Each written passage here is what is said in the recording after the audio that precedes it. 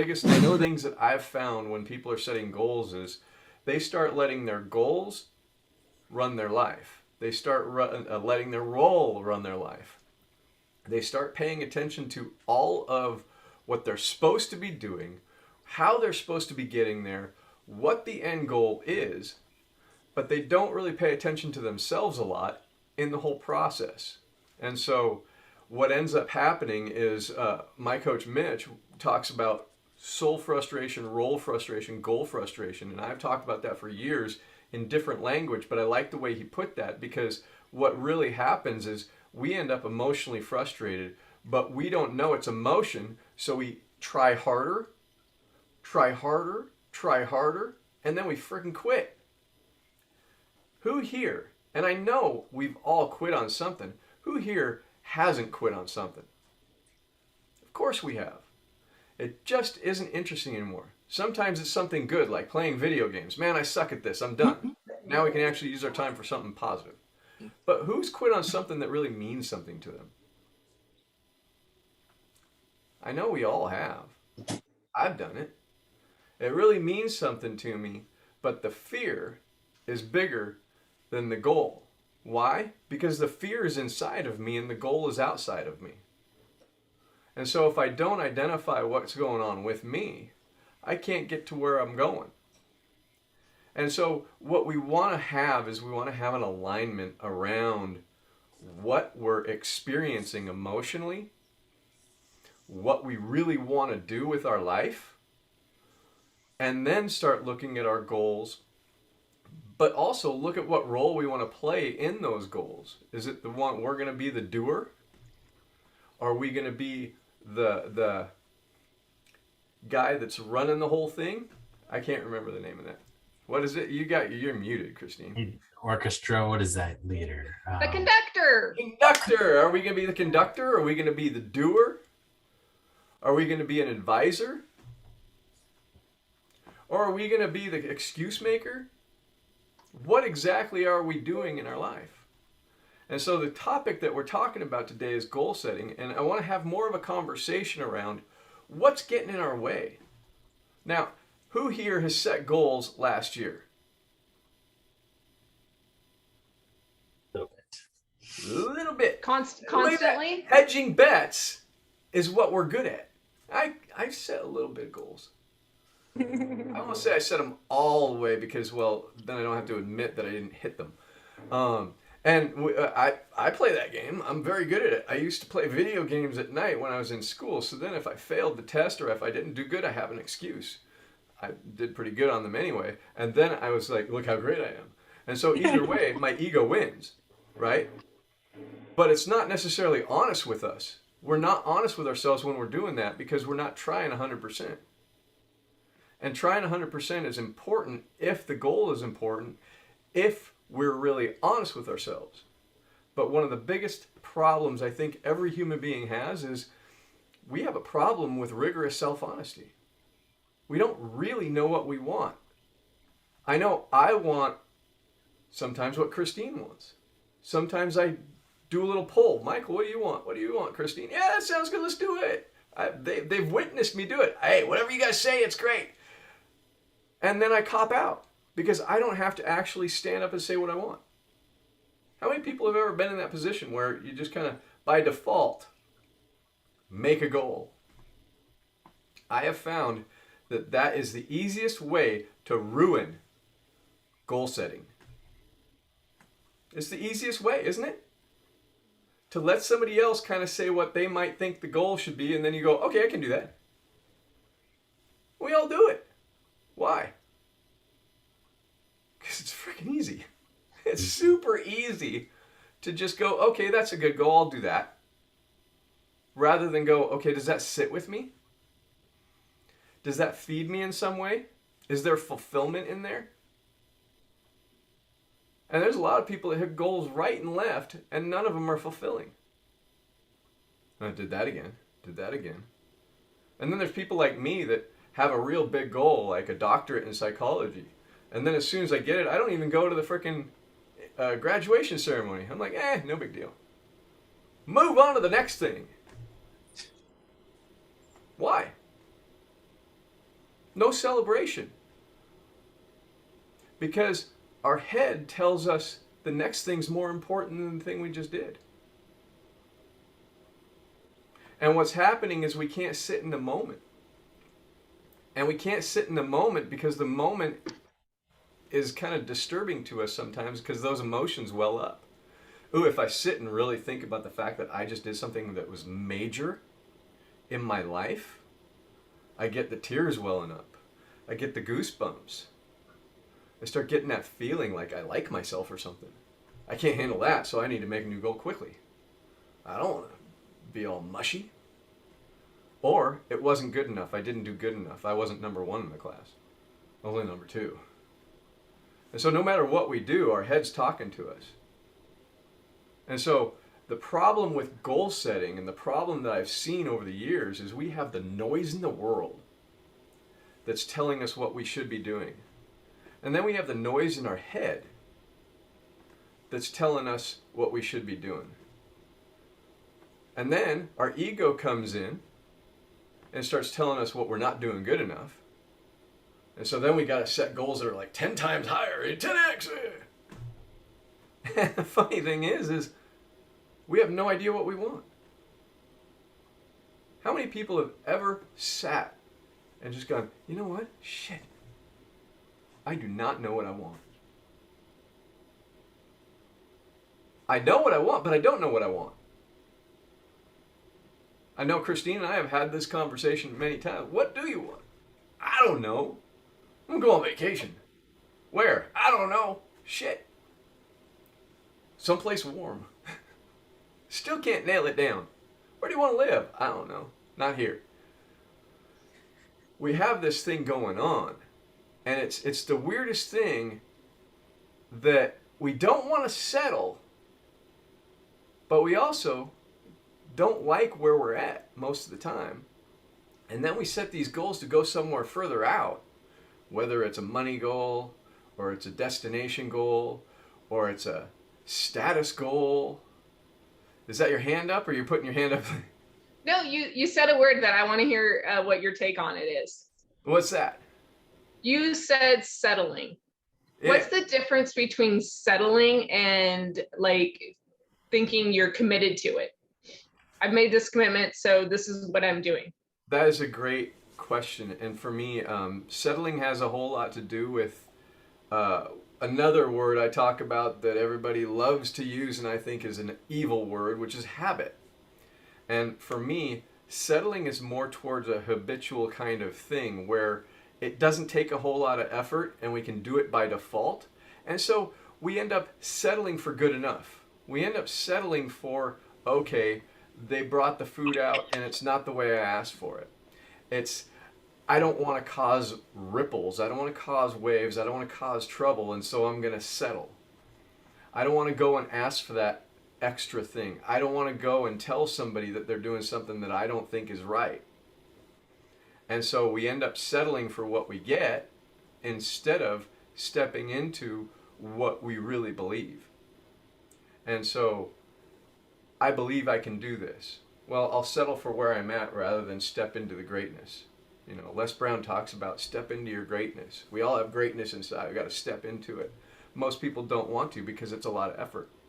And so settling ends up one of the simple, easy ways.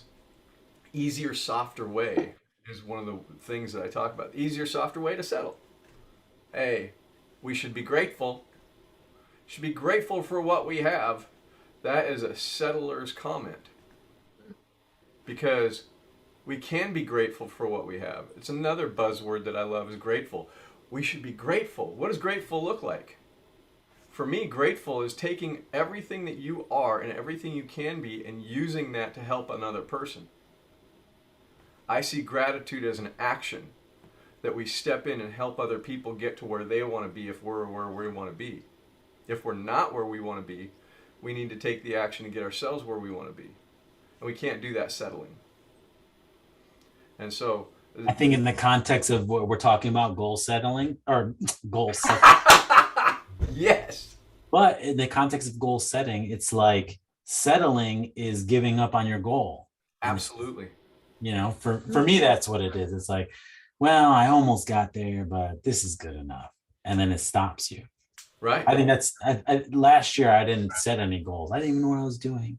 And I feel like moving into this year, setting goals gives me direction, and it gives me like something to aim for and purpose. And like, I started journaling, and now it asks me to write down my goals. And I'm kind of, oh, but I think as a constant reminder, I will always have direction and purpose, because that's what I want to hit. And I'm not going to settle. Not going to settle. And the funny thing is I'm not going to settle.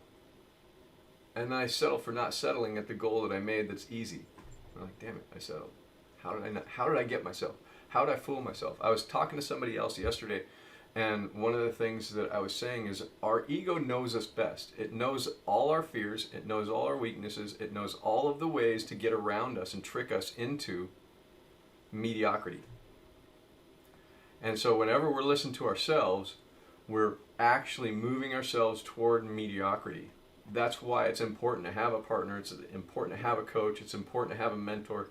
It's important to have those people outside of us that we can't really fool them. Now, they can let us fool them, but they know. And the mark of a good coach is somebody who calls us on our stuff. And that's what I like to have in my world. And we have a whiz-bang coach that calls us on our shit. Like, no, you're full of shit. That's not what you should do. And then she tells us what she heard us say that we want to do, and then, are you going to do that? Oh, yeah. And then we're going to, play the game. And here's the thing.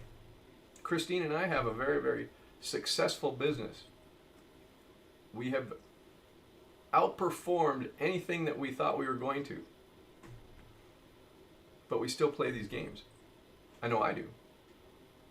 And we sit there and talk about it back and forth. Sometimes we're frustrated about it, and sometimes we're laughing at ourselves about it.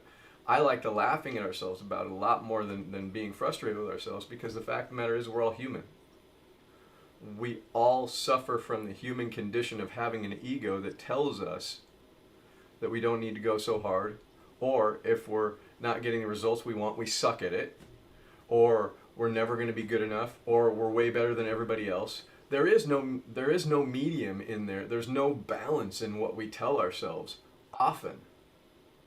And so when we can identify the emotions, calm that stuff down, and start really looking at what's important to us. Why do we want to do it? And, there's a lot of people, Simon Sinek talks about the whys and talks about the different people in the world that you're doing things for. But when it boils down to it, is you're doing it for you. And so what is it inside of you that you want to attain that goal? How is that going to be fulfilling to you? How is it going to help you move forward? What's happening in your world that's important to you? What's the result of that goal for you and hitting it? What does that mean to you? When we can answer these questions, we can really set our goal. Now, Christine and I have goals. We set a huge goal as far as our money goal. And then she's like, why do you want to? And I'm like, I don't know. Sounds like a good number. But at the same time, it sounds like a phenomenal number, actually. But at the same time, when I really get down to it, it always, for me, starts out with, I don't want to be what I was. I don't want to be what I was when I was in my 20s and when I was having problems with drugs and alcohol and when I didn't like myself and I was not showing up the way I wanted to. It starts there, but then it moves into, what do I want? Well, I want to help people. I want to help people so they're not there, so they don't have to live that kind of hell.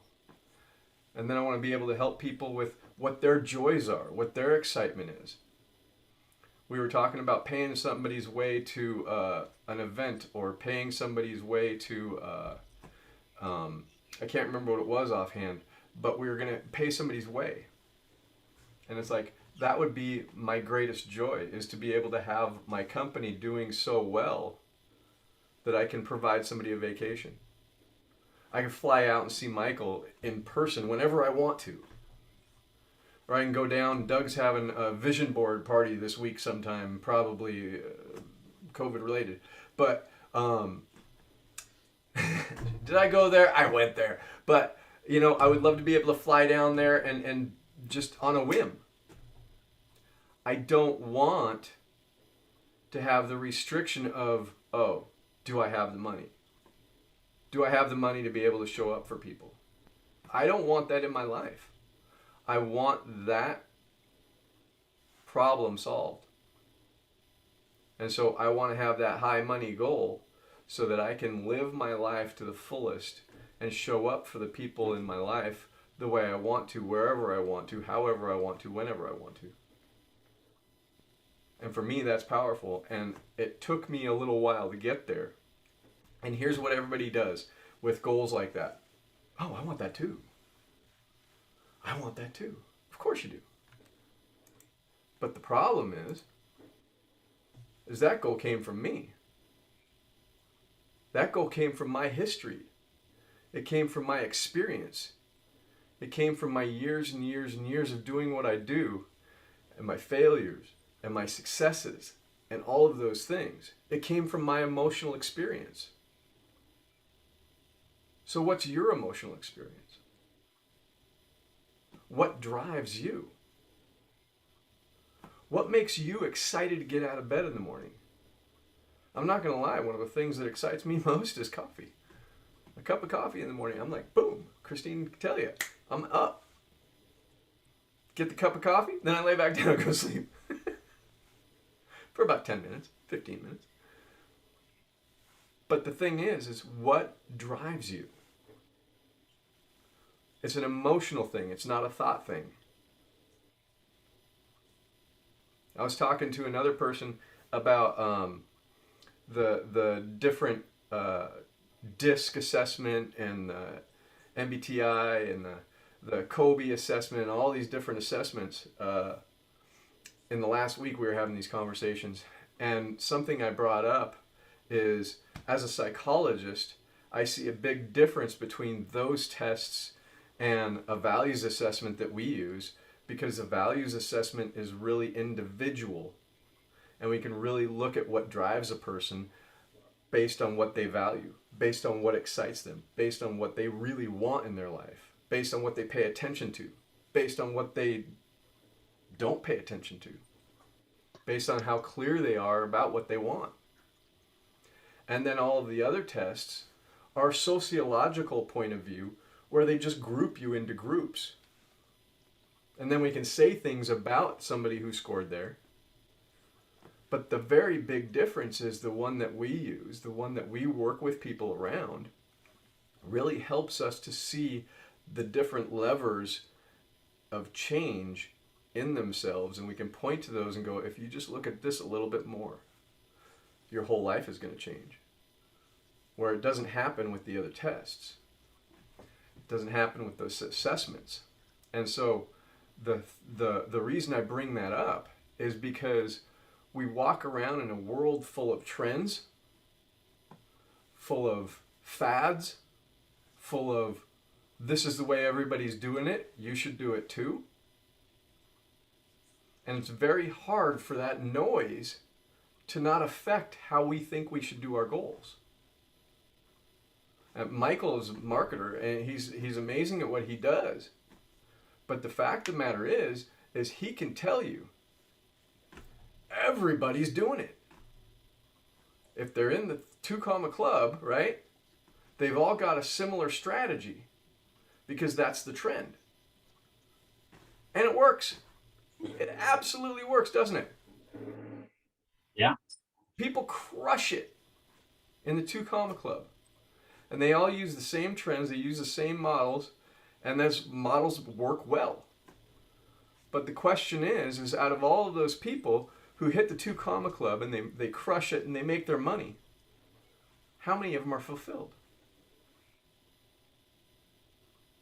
How many problems does that making the 2 Comma Club create for them because they didn't know exactly what they wanted?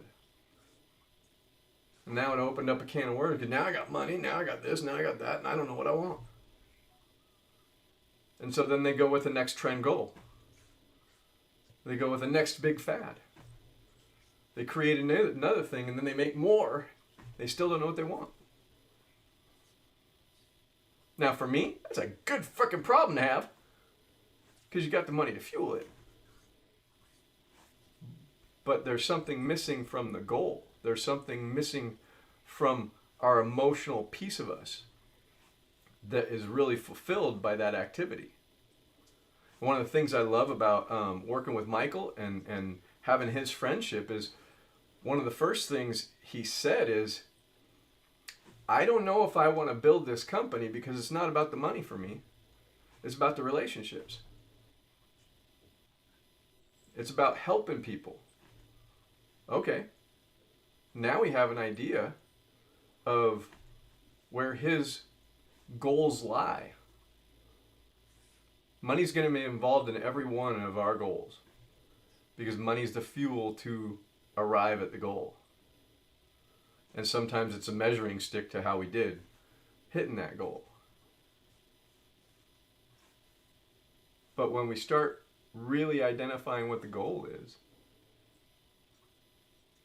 we got to start going, okay, what do I want for me first? What do I want when I look in the mirror? What do I want to see? Who do I want to be? How do I want to show up? Right? Does this make sense? And so when we're looking at creating our goals, we also want to look at what our role is. What do we do? How do we do it? With whom do we do it? And that gets into building our teams. It gets into who we're working with. It gets into all kinds of different areas. But that's the big question for me is who do I want to work with?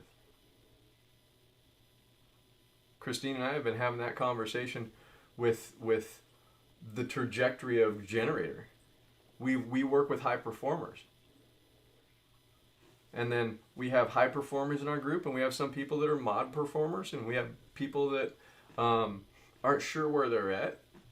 And so how do we be of service to the whole group at one time? How do we step into that powerful position where we can help people become the high performer they want to be?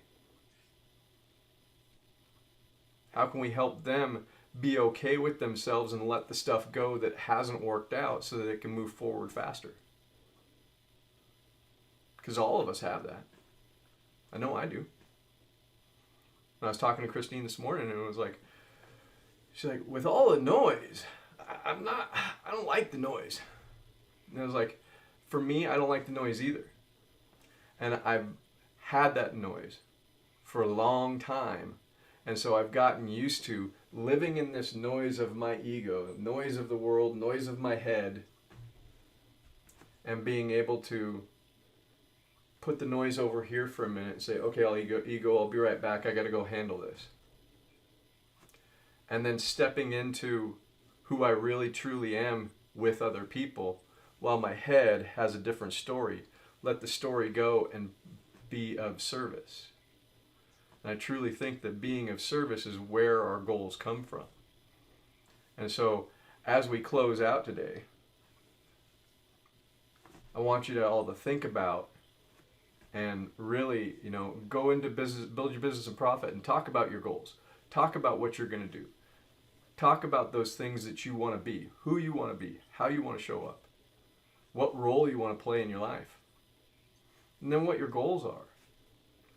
Because when we can do that, when we can get really centered around what's important to us in the relationships, why it's important to us, we can really get clear on our goals, and that clarity is going to help us to really reach our goals faster. We can let go of what everybody else wants and just focus on what we want. Because everybody in our life around us is going to be much happier when we're happy around them.